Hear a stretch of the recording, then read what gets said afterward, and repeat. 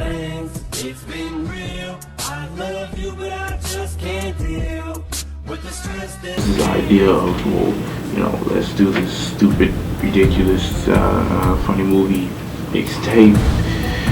I could see that Deron didn't know what he was. He didn't have a clue as to what he was doing to save his life. He didn't know what he was doing. So at that point, I decided to take my idea over and take it in my own hands and come up with, this idea I had for Dead Zone, and it was much better in my hands than it was in his, because if I had left it up to him, it never would have got made. And it took me like 3 tries to even, get that made. So it was difficult, but eventually I got it made, and that was a difficult process because spirits were kind of low. But I just remember getting up one Saturday morning and going out there, me and the guys did, and just going out there and doing it, because that's like the best way to approach something, is not to just give up, but to really just go out there and do it. And that's what we did with that. So for me, it was like the first time that I ever actually directed and starred in something that was good. And I knew that you only get so many opportunities to do something like that. So if that didn't work out, that was just gonna be it. Everybody else was just gonna be handing me stuff they wanted me to do, but I was never gonna be able to do the type of projects that I wanted. But lucky for me, third time was the charm, and it worked out. And it worked out far beyond what how I thought. Moving on past that, then I got past Dead Zone, which was much bigger than what I anticipated. Then I did, Ball Game, and that was really kind of quaint. It didn't really start out as being anything about basketball, but it just kind of turned into that by accident. I was supposed to be doing some Scrooge movie for the holidays, and it just turned into that by accident. And it was a decent effort. I think I could have made it a little bit better, but it was all in all was a decent effort, and the filming experience wasn't too painful. It was me and Rico and Marcus, so it wasn't too painful, but I think I could have did it better. And Rico had to tell me out a lot with that, because the way that went, if it had just been solely on me, the idea probably would have just flew out the window.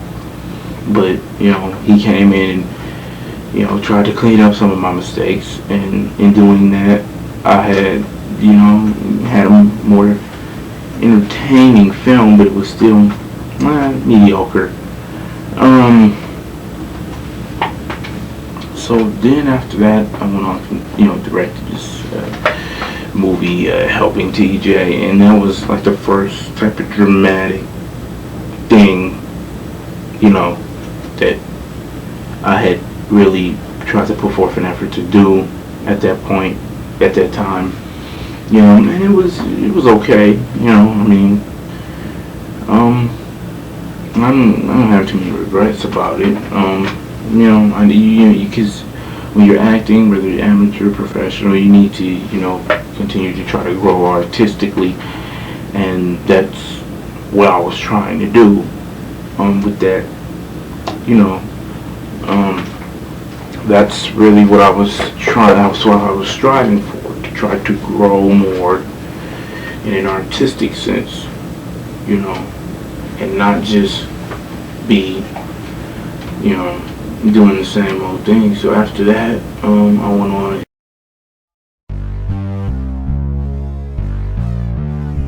But little did I know it was gonna come off. It was doing Dead Zone, and deciding to do a sequel was gonna pay off bigger than I had ever imagined.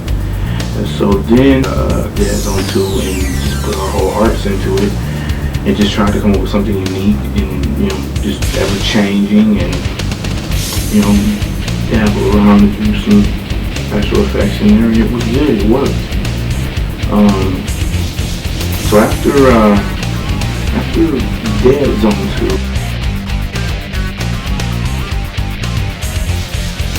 Zone 3, and let me tell you, because I just have to clear this up for the record, you know, Dead Zone 3, it was right after.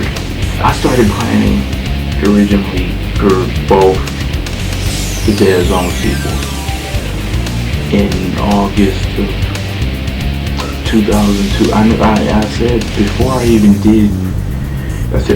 even shoot 2, I want to start planning for 3 as well.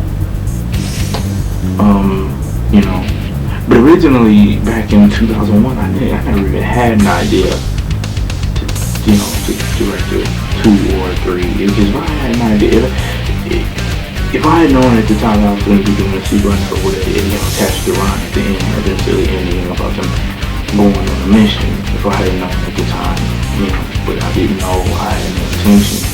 It was just something that came up and it was a good idea, so I jumped on it, and I had planned to do 2 and 3, you know, within a short amount of time.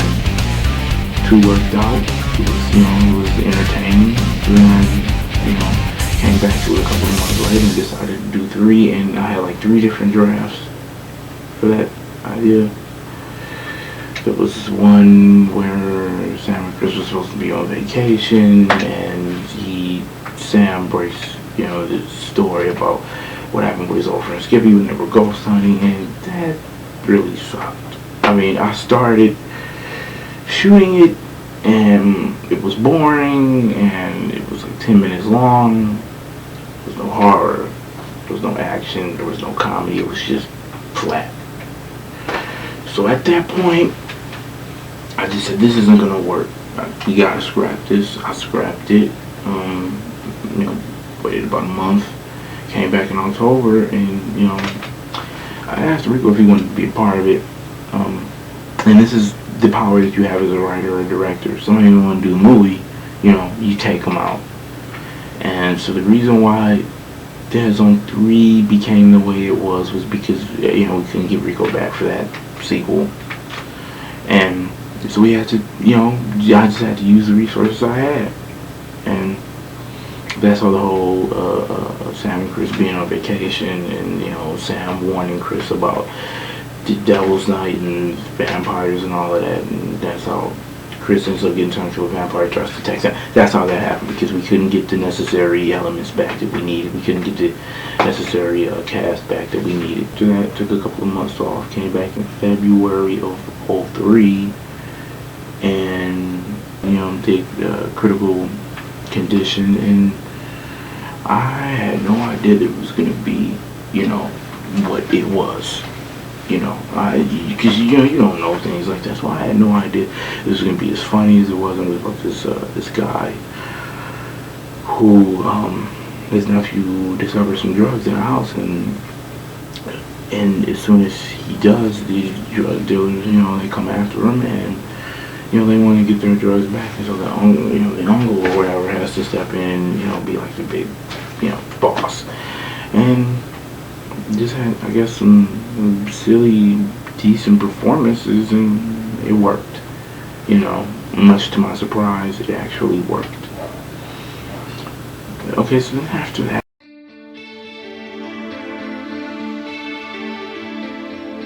technology, why don't we just, you know, why don't we just do something, you know, where,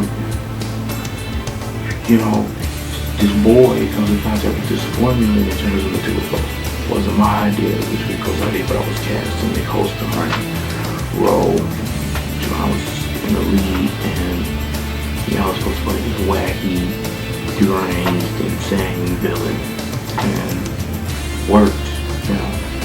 And I was almost kind of like a scene stealer. It was a good role. Then after that, we directed this film called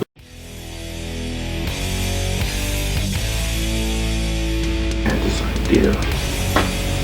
I said, well, you know what? Why not? Why don't we do like this little mini trilogy of short films, about this soul keeper, and it can have like action fighting. This was like 2004. They have action fighting and all that. And it was a tough schedule, but we pulled it out, and everything worked out. Yeah, 3 decent efforts there, and so then after that, then after the Soul Keeper trilogy, took a year and a half, New York and Korea came back, and in 2005 did that. I did Gary's Song. Now, Gary's Song was kind of like a weird way of, I guess, kind of saying goodbye, sort of to an end of an era, but also it was just a way for me to just try to vent frustration, just trying to let out frustration about stuff that had happened over the past couple of years. And so it's supposed to be about this boy who's just really out there, and he thinks that he would be the right thing to take his own life, but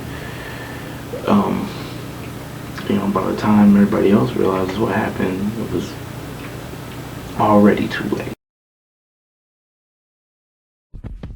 Thanks, it's been real. I love you, but I just can't deal with the stress this game is giving me. I just didn't know it was supposed to be this hard. It wasn't supposed to be like this. I mean, without no closure, so before future material was going to be all dependent on my situation and me, and do I want to do it? Is it really something I want to do? If I do, then I will. But I'm not. There's no like there's not like an absolute. I mean, if I'm not gonna allow someone to tell me what I can and can't do. If I want to do it, I'm gonna do it. If I don't, I won't.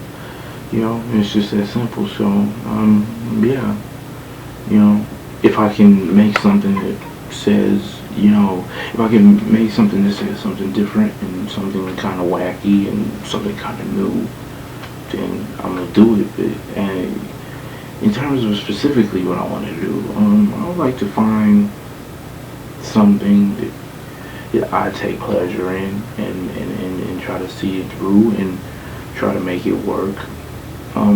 Yeah, I would like to find another. Yeah, I like to direct another one, and maybe, but it's gotta be something good, and it's gotta be something that I like, and it's gotta be the right story and the right time, and I have to feel the right way. And if I do, then I'll do it. But if I don't, then I won't.